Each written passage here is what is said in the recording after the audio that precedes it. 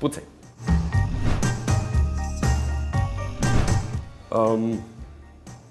Ovaj projekt nije normalan i pretpostavljam da je zato potpuno drugačiji od svakog projekta koji sam radio, iako...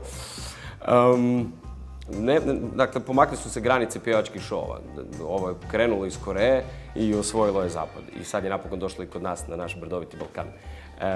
Projekt je fenomenalan, dakle, nemam šta za reći. Nikada nisam ništa tako radio, a odradio sam već jedno 5 ili 6 pjevačkih formata.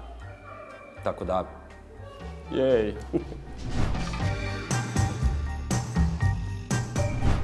Čak ni neki ljudi koji su ispod maski ne znaju da su ispod maski, ne šalim se, naravno.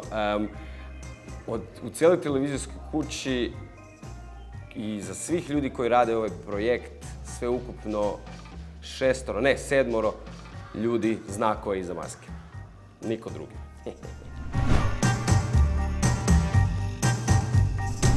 Hvala Bogu, to jest, nije bio pretjerani problem dobiti ljude da dođu ispod maske iz razloga što smo im pokazali strane zemlje koji su već radili ovaj format i projekt je stvarno senzacionalan. I mislim da je ljudima veliki gušt upravo to što mogu doći iza maske i pretvarati se da su neko drugi. Svi bi to voljeli ponekad raditi. Neki to rade češće nego rijeđe. Tako da nije bio problem dobiti ljude da dođu ispod maske.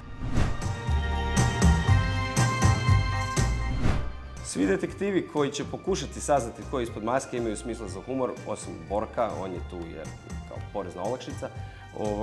Ne mogu to reći, jel? Dakle, svi detektivi koji pokušavaju saznati ko je ispod maske i igraju ovu igru skupa sa gledateljima, imaju smisla za humor i znaju dosta ljudi iz javnog života jer to je zapravo jedino bitno. A odabrali smo ih zapravo sistemom eliminacije. Hoćeš li ići među detektive? Ne, ok, onda ideš pod maske. Ko nije htio pod maske završi u detektivima, recimo tako. Masked Singer je do sad neviđen na ovim prostorima.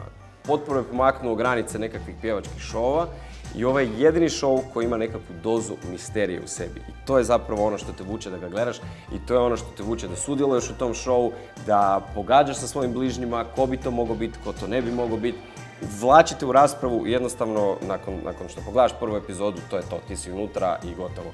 Odgledat ćeš ih do kraja da vidiš ko će biti prvi hrvatski Masked Singer.